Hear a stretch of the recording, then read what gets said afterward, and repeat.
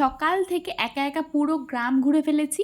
এরপর আমরা তাড়াতাড়ি করে রেডি হয়ে নিয়েছি ঠাকুর আনতে যাওয়ার জন্য, কারণ পুচকুর অন্নপ্রাশন। আর এখন আমরা সবাই ঠাকুর আনতে যাচ্ছি।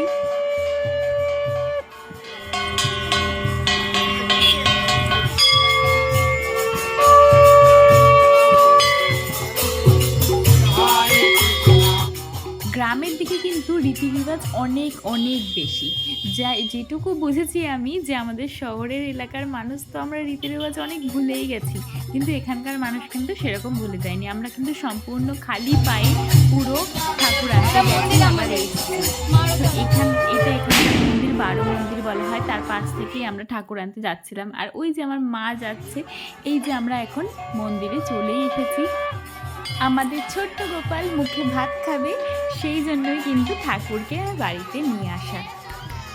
এত চিৎকারে গোপু তো একটুও থামবে না, দুই ভাই মিলেই এখানে চিৎকার শুরু করে দিয়েছিল। মা তুমি বাজি ফাটাবা?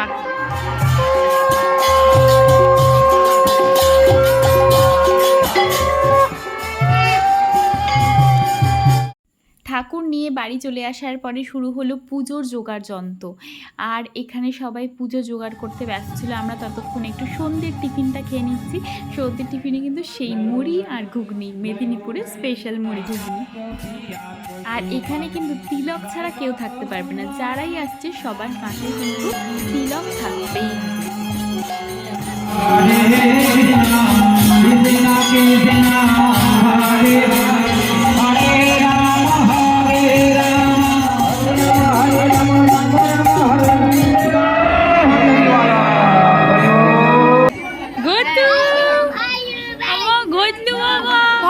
ভদ্রলোক আমাদের ভদ্রলোক।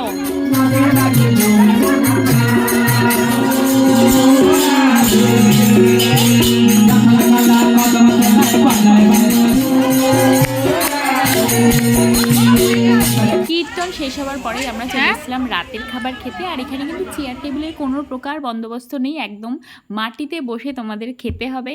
কারণ এখানে যেহেতু ঠাকুর আছে, ঠাকুরের সামনে কোনো সময় চেয়ার টেবিলে খাওয়া উচিত নয়, মাটিতে বসেই খাওয়া উচিত।